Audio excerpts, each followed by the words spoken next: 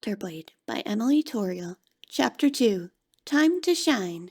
Katy. Every Thursday afternoon, the AlterBlade Club performs in the school auditorium. It made me really nervous at first.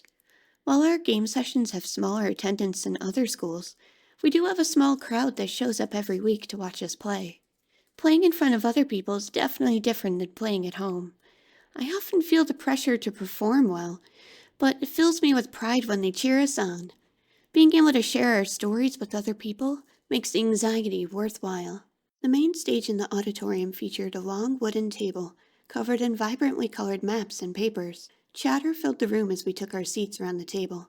I gave the crowd a small smile and a wave, carrying my sheets and dice in a linen tote bag with the AlterBlade logo printed on the front. Using it always makes me feel more official. I sat beside Isaiah on one side of the table, while Tyler and Connor sat on the other side. We set up our sheets and minifigures as the small audience murmured to each other in anticipation. At the head of the table, our club advisor, Felicity Bradbury, adjusted a stack of papers behind her folding screen. She runs our AlterBlade sessions, weaving exciting tales of adventure for us. The club wouldn't be the same without her kindness and creativity. Her stories are really fun and always push us to grow as players. Felicity took out a set of dice from her bag and placed it on the table, tucking a strand of red hair behind her ear. "Got everything you need?" she asked, her deep green eyes sparkling with excitement. "We'll be starting soon." I placed a hand on my chest in an attempt to calm my racing heart. No matter how many sessions go by, it still gives me butterflies. I clipped my bangs to the side with my hair clip and gave her a small smile in reply. The lights surrounding the auditorium dimmed, save for a warm light illuminating the stage. Students in the audience fell silent. Felicity sat before us with an expression of calm, mentally preparing herself for the adventure ahead. Out of the silence, recorded music slowly filled the room. A mellow tune played on guitar and strings. Felicity opened her eyes and smiled. Our story begins again. "You hear birds chirping as the morning sun brings a new day," Felicity began, the sound of birds blending with the calm music in the background. "The inn is full of life as you all make your way downstairs." The map of the inn was laid out before us on the table. I imagined the party walking downstairs, yawning from a long night of adventuring. A gruff cook placed a tall plate of pancakes in front of an excitable female gnome. Several other patrons were seated and chatting, enjoying the warmth of the fire that burned brightly in the hearth. We took our seats at an empty table and ordered basic breakfast fare.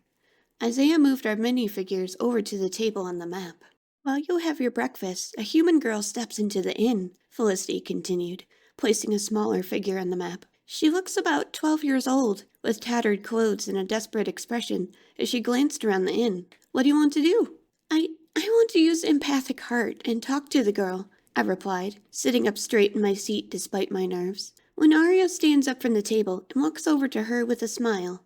I moved Lunaria Starlight's figure over to where the girl stood. One of her violet eyes has an eye patch covering it, decorated with the symbol of her goddess, Serena.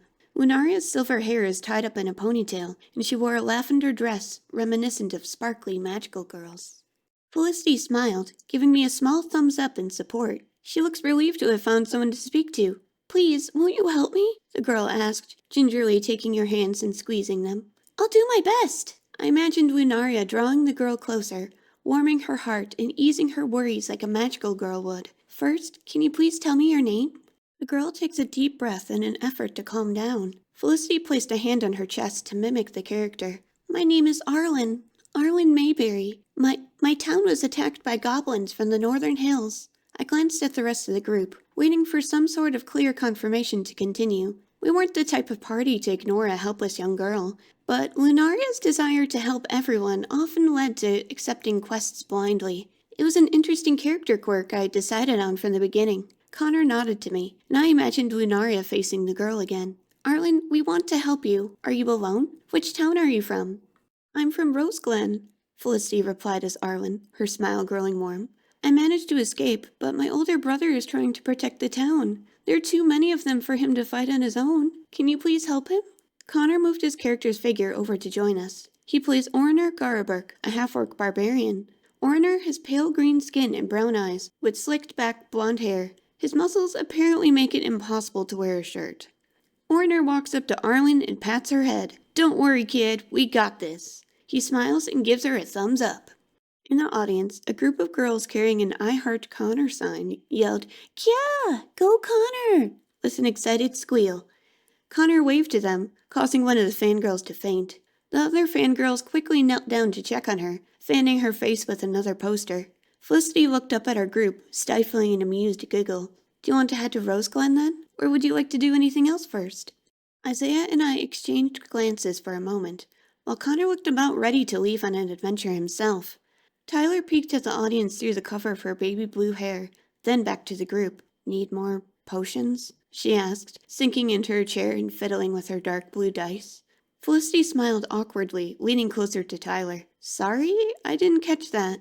The butterflies in my stomach acted up again. Like me, the presence of the audience made Tyler nervous. Speaking up was hard, but she always did her best to help us keep the session going. I caught a brief glimpse of the bracelet on her wrist and smiled. Tyler's cheeks flushed light pink with embarrassment. She closed her eyes for a moment before taking a deep breath and straightening her posture. "Do we need more potions?" "Nice one, Tyler. You can do it." Isaiah adjusted his glasses with a glint in his eye, shuffling his papers until he found the one he needed. This sort of note-keeping was his specialty. Well, actually, between looting various enemies and the bonus that we earned from an NPC last session, we should have 2 health potions each and 3 to spare. I can heal too," I chimed in, giving Tyler a reassuring smile. "I think we should head to Rose Glen." Tyler brushed her bangs to the side and breathed a sigh of relief as Felicity pulled out the next map. We could see a small town surrounded by farm fields. Houses had various flowers adorning their gardens, and a small child wore a flower crown with a bright smile. The colors were soft but beautiful. During our last club meeting, I found out that Felicity gives Tyler basic instructions for the maps we use, and she draws them all herself. I knew that Tyler liked art, but the maps that she creates for us are really lovely. I'd like to see more of her drawings someday. Rose Glen is historically a farming town, Felicity began, placing our character figures near the town's entrance. They are known for their beautiful gardens and their connection to nature. Felicity brought out more small figures and placed them on the map, spread evenly around town. Their short, moss-green bodies felt out of place against the colorful background. Among them, she also placed a figure of a young man with a sword in his hand. When you arrive in Rose Glen, you can see several goblins milling about. Some are wielding simple wooden clubs, and 2 are archers. A young man swings his rusty sword, trying to keep them at bay. You believe it is Arlen's brother. What do you want to do? Connor sat up straight, placing a hand on his bicep as he lifted a fist into the air with a grin. "We gotta help him, of course." Orner runs up to Arlen's bro and takes out his great axe. He placed his barbarian's figure next to the young man. "Her brother looks relieved as you run up to him," Felicity replied, before changing her voice to a lower pitch. "Have you come to help? I could really use it." Orner growls at the goblins to make them back away. Connor held his figure and made a growling noise, then turned it to face the brother. "What's your name? Why are you fighting alone?" "The name's Regulus." As Felicity introduced the new NPC, I made a note of his name in my AlterBlade notebook. "I'm the only one in town who can use magic, but I'm still learning, so I can't do this by myself." Isaiah smiled with a mischievous glint in his eye, like he was waiting for this chance. He plays Malexius Arvir, the dishonored noble sorcerer. As a demi-demon, Malexius has pale crimson skin that spirals into horns, and bright gold eyes that are usually covered by his helmet. His sorcery lineage specializes in fire magic. Malexius strides up to Regulus, holding a ball of fire in his hand. He declared, taking his demi-demon character's figurine and placing it beside Regulus and Orner. "Leave the magic to me." I bit my lip, glancing at the goblin figures on the map. Getting rid of them is definitely important. What would Lunaria do? As a magical girl cleric, her priority would be to heal any townspeople that may have already been hurt and make sure they stay somewhere safe. If we attack the goblins and they get caught in the crossfire, we'll only cause more trouble for the town. I decided to mention my concern to the others. "We should help the townspeople first. They could get hurt."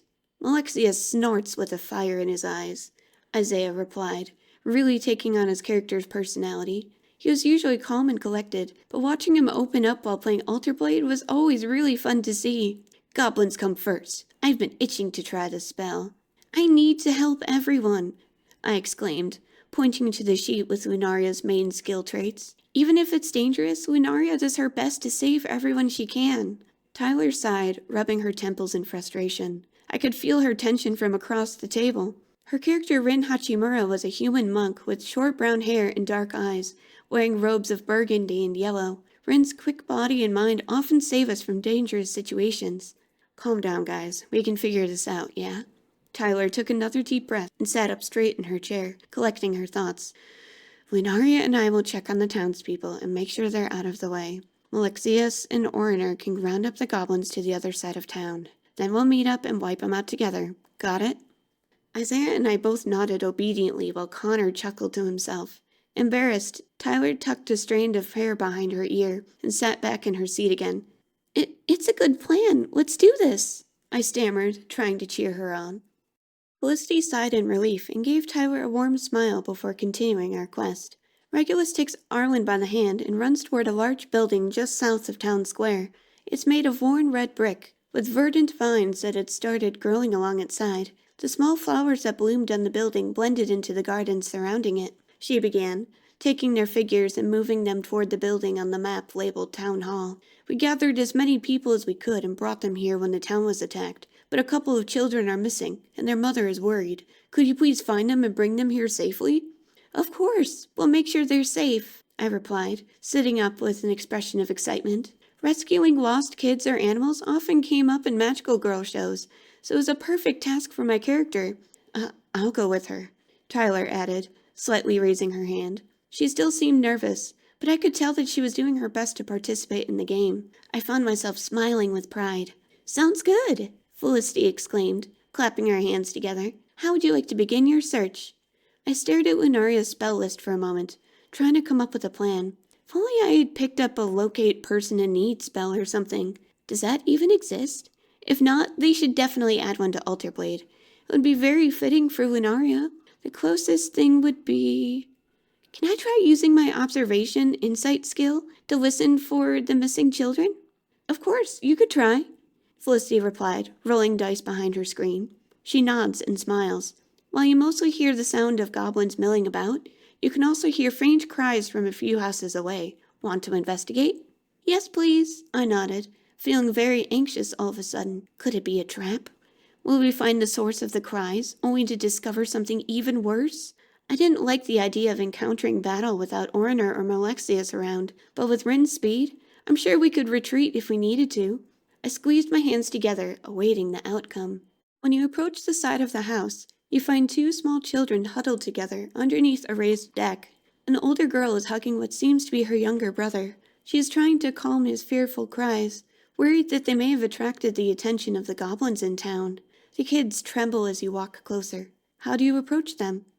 Imagining those scared young children made me think of my younger sister, and my chest tightened in response. I didn't want to imagine her in this situation, frightened and hiding from monsters.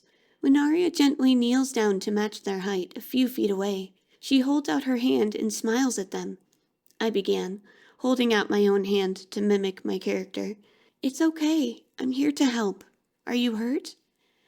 The girl hugs her brother tighter, staring at your hand with uncertainty. Felicity trembled a little, getting into character. What are those things? And where's Mama? I want to see Mama.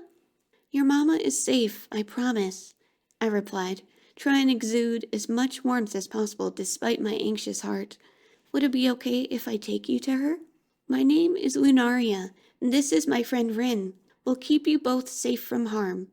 Runa, you'll take us to Mama? Felicity continued. The children slowly come out from their hiding place and take your hand. The boy's cheeks are stained with tears, but he tries to show you a brave face. I can't help but smile at the image. What a good kid. Lunaria gently wipes the boy's tears with her handkerchief and picks him up in her arms.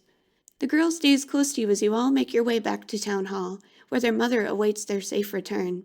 Felicity narrated, before turning to Isaiah and Connor with a smile. Meanwhile, Malexius and Oriner were planning to round up the goblins toward the other side of town. How do you want to do this? Is there, a restaurant or something in town? Connor asked, trying to hide his widening smile. He clearly had mischief on his mind. A restaurant? Connor, this isn't the time for... Isaiah repeated, the tone of confusion in his voice turning to one of surprise. We're really doing that one again? Felicity giggled, already guessing what plan they had in mind. Part of her charm as a storyteller was her ability to roll with whatever crazy idea we came up with. AlterBlade is a lot more fun when you can inject your own creativity into the story. There is a small restaurant owned by a family in town. Want to give it a name? I thought for a brief moment, then raised my hand in the air with an excited smile.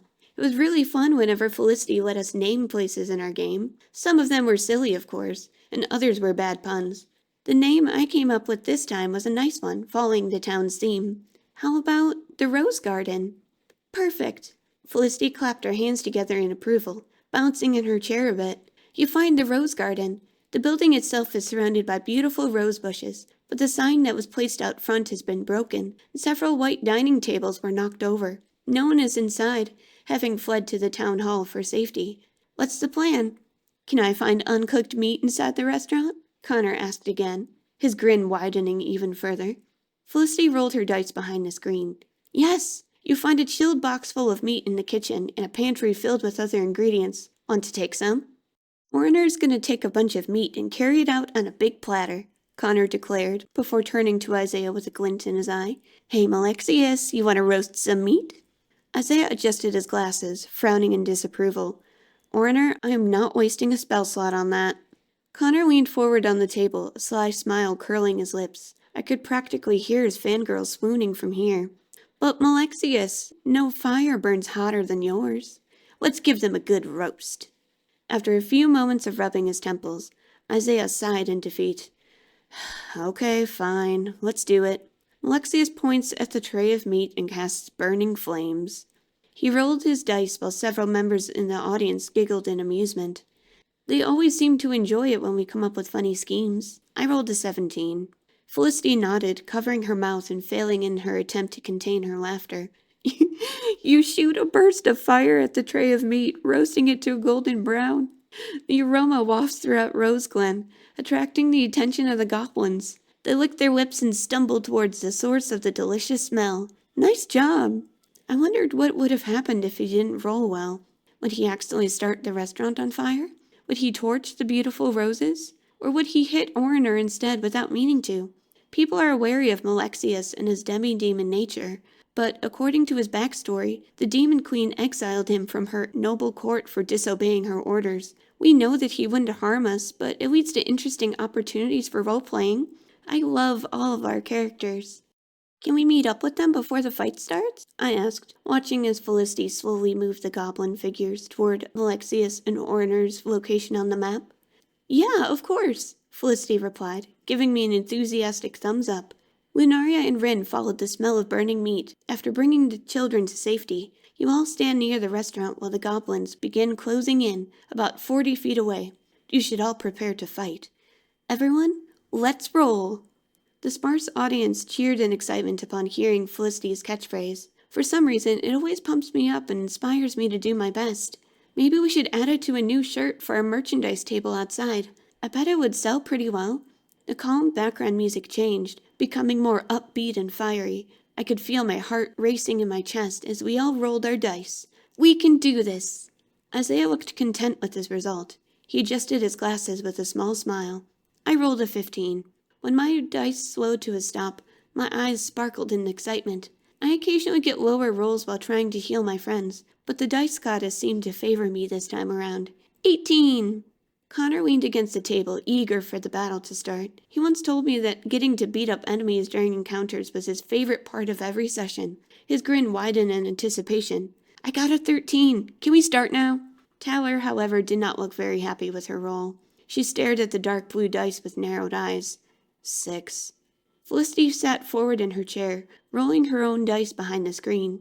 She smiled and leaned back again. Okay, first up is Lunaria, followed by Malexius and Oriner. The goblins will have their turn, then last but not least, Rin. How do you want to start? I took a moment to glance at my sheets before bouncing a little in my seat. My favorite part of every game is getting to use my magical girl spells. It really makes me feel like a chosen heroine of justice. Lunaria spins in a circle, waving her star mace like a wand. A warm glow surrounds her as she casts her spell. I could feel my heart race with excitement again. I picked up my pen from the table and waved it in the air. Heart prayer!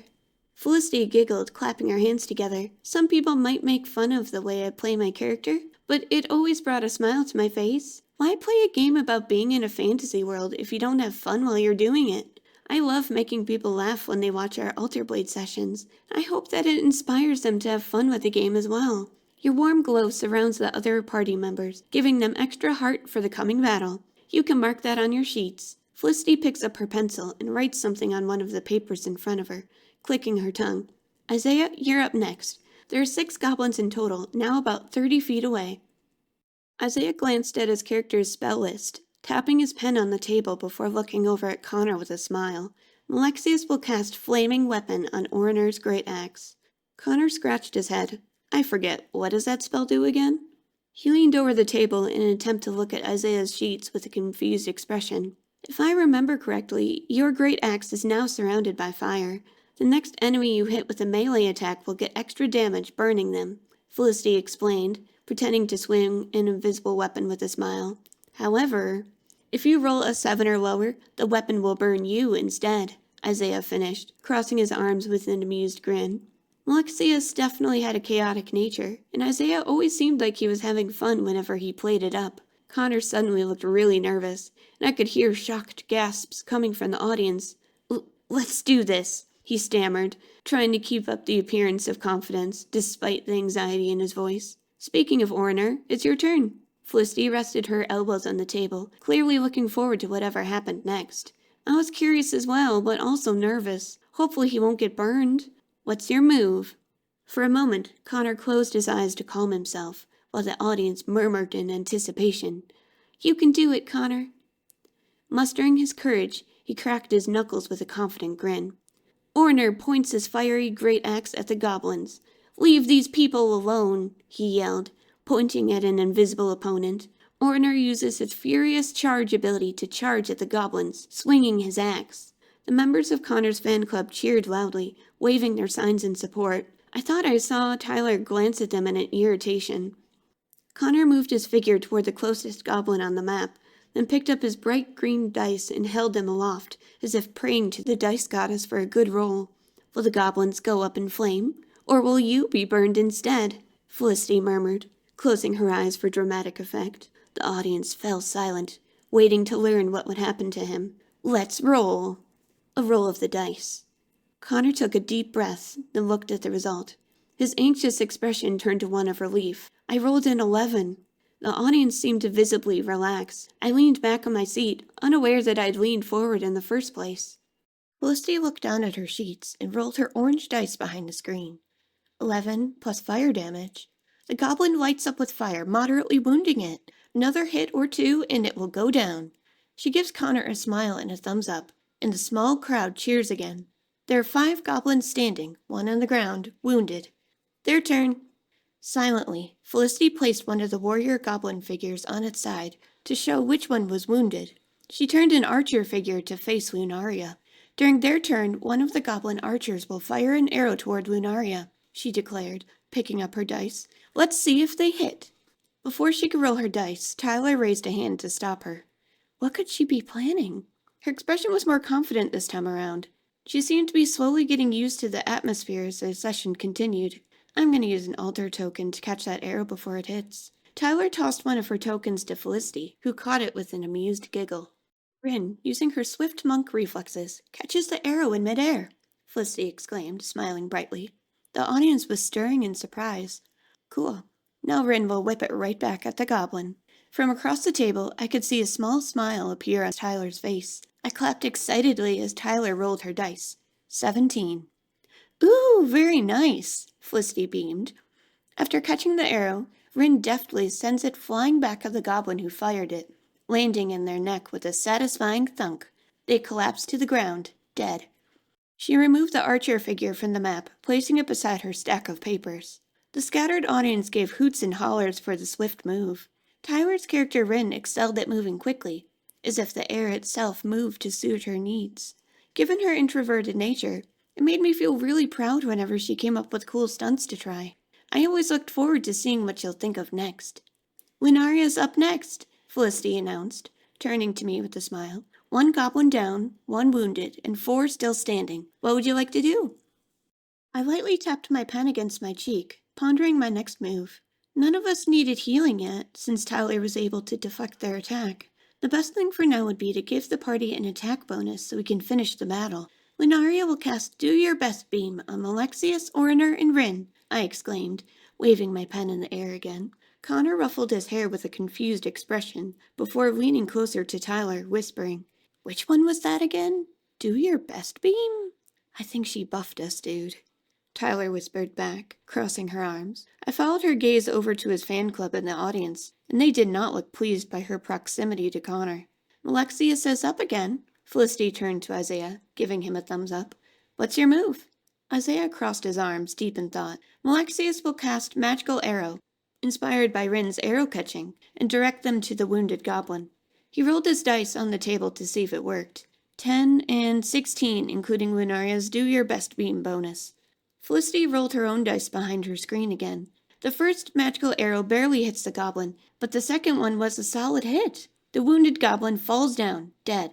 The audience clapped again as she removed another figure from the map. "Oriner, your turn. 4 goblins left." "Are they close together?" "I want to charge into them, knocking them all down with reckless dash," Connor declared, practically bouncing in his seat with excitement. His energy was infectious, and the crowd started getting riled up as well. After rolling the dice, Connor let out a frustrated groan, covering his face with his hands in shame. I rolled a 1. Oh no. In AlterBlade, using an alter token can allow you to alter a bad roll by letting the player roll again, with some limitations. The storyteller may decline your request, depending on the circumstances, and you can never use an alter token to re-roll a 1. For some storytellers, rolling a 1 could mean either a small blunder or a devastating failure. Felicity has been merciful so far by not giving us consequences that would kill our characters. Yet, Felicity winced. When Oriner tried to charge at the goblins, he tripped on a rock in the road, falling on his face. The goblins will have advantage on melee attacks against you on their next turn. She placed Oriner's figure on his side to illustrate that he was on the ground. Speaking of which, it's their turn. One of the warrior goblins will try to attack Oriner with advantage. She rolled her dice before giving Connor an apologetic smile. "You take 24 damage." "I'm sorry, Connor. I'll try to heal you." Cursing under his breath, Connor writes the damage on a sheet. His fan club looked as though they themselves took damage. Felicity turned to face Tyler. Rin's up next. There are still 4 goblins, 1 engaging Oriner, who is still on the ground. "What do you want to do?" "I want to move Oriner out of the way, and use a bonus action to trip the goblin with my staff." Tyler moved her figure over to where Oriner was being attacked, and places it upright again. She rolled the dice for the bonus action. 14. "Nice!" Felicity exclaimed. Rin crouches down, swiftly swinging her staff at the goblin's legs. It falls to the ground, vulnerable. She placed the goblin on its side, then smiled at me. "Lunaria, do your magic." My heart skipped a beat with excitement. This time, I knew exactly what I wanted to do. Lunaria runs up to Oriner to heal his wounds. She closes her eyes, and the symbol on her eye patch begins to glow. I closed my eyes as well, getting into character. "Moon Goddess Serena, please give me your shining light. Moon Miracle." I rolled my dice. 10. Okay, Oriner's heart score goes up by 10 points. A warm light surrounds him as his wound starts to heal, Felicity said, while Connor made adjustments on his sheet. I stared at my hands for a moment and frowned, my heart racing anxiously. I healed him, but it's not enough. What if he gets hurt again? While my mind reeled with worry, I felt Isaiah's hand on my shoulder. I took a glance at him, and he gave me a thumbs up for support. "Thanks, Isaiah."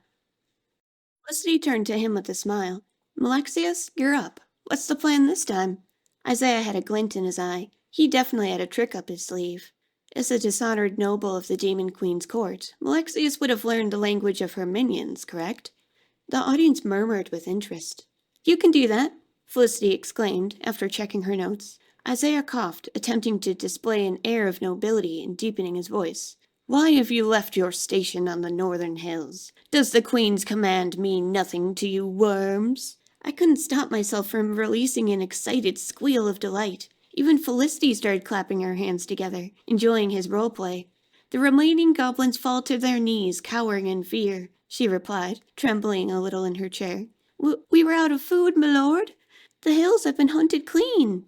Alexius towers over the cowering goblins, flames in his hands, an expression of scorn in his eyes. Isaiah sat up straight, glaring intensely. Get out, now, or shall I inform the queen? Hunger will be the least of your concerns. That line gave me the chills. I shivered in my seat as the audience collectively gasped, waiting to see what happened next. Even Tyler's eyes widened in surprise, and Connor grinned. Things like this really showed off how special AlterBlade can be. Roll to see if they believe you, Felicity giggled, clearly enjoying this as much as the rest of us. The room was silent as Isaiah rolled his dice. Will they believe his story, or will they call his bluff? The dice will decide. He frowned at the result with furrowed brows. 9. Can I use an alter token to re-roll? Isaiah asked, looking up at Felicity hopefully. Felicity tapped her finger on her cheek, trying to build suspense. It seemed to be working, because I could see several audience members leaning forward in their seats. One guy had fallen asleep at some point, and now snored quietly on the sidelines. Since Malexius specializes in lore and deception skills, I'll accept it. Let's roll. Isaiah took a deep breath before rolling again. Regardless of the result, he can't use another token to roll a third time. It all comes down to this.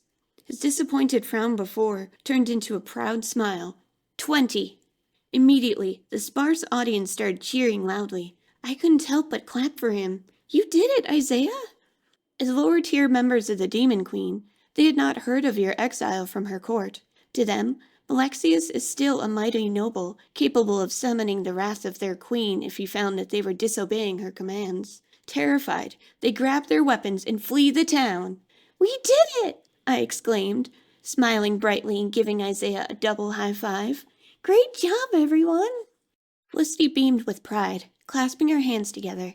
The energetic music that played during our battle swelled and faded away, replaced with a calmer tune. Regulus approaches the group, smiling. She removed the goblin figures from the map and replaced them with the figures for Arlen and Regulus. Thank you for saving Roseglen. Please feel free to rest at our inn and enjoy our gardens. Most of them, anyway. Seems that the goblins ruined a lot of flower beds before you arrived. After a short rest, I'd be happy to help you replant more flowers, I offered, giving Felicity a smile. The flowers on Tyler's map were so pretty. It made me sad to imagine them ruined and trampled. That's rather kind of you, miss, but I'll have to decline. I think you've all done quite enough for today. Felicity moved their figures toward another marked building on the map. Regulus and Arwen lead you to the inn with a bow of gratitude, then depart. Is there anything else you want to do before going inside? I glanced around the table. Isaiah sat back in his chair with a sigh of relief, relaxing from the tension of the encounter. Connor stretched his arms above his head with a satisfying groan before resting his elbows on the table, while Tyler absently played with the blue dice in her hands. I think we should rest at the inn. I gave Felicity a tired smile. Seemed that the excitement had worn me out as well. She nodded, removing the town map from the table and replacing it with a map of the Roseglen Inn. The warm colors Tyler used to draw it made me feel at ease. The Roseglen Inn was almost as old as the town itself. The wood paneling had worn down over the years, but those who lived here felt that it only gave the inn more character. Plants and greenery had found their way inside, creating a natural, warm atmosphere for its patrons. You enter the inn to find a man behind the counter, wiping a glass with a worn rag. He gives you a gruff smile as you approach. Felicity placed our figures on the map, right in front of the bar counter. Need a room? 5 gold per person. Connor looked confused for a moment before snapping his figures with a mischievous grin. Orner leans on the bar, smiling. He began, leaning against the wooden table to mimic his character. We just saved your town from goblins, handsome. Heroes discount. Connor gave Felicity a charming smile and a wink for good measure. Thought I heard one of his fangirls faint again. I want to charm the bartender. Roll the dice, then, Felicity exclaimed, giggling in amusement. Come on, come on. Tyler had a tense expression as he rolled the dice. When they rolled to a stop, he pumped his fist in the air triumphantly. I rolled an 18. Did it work? Is he charmed by me? The bartender smiles, giving you a wink in return. Felicity was holding her side, as if it hurt from laughing so much. Sure thing, hero. The room's free tonight. Tyler and I were trying hard to stifle our laughter.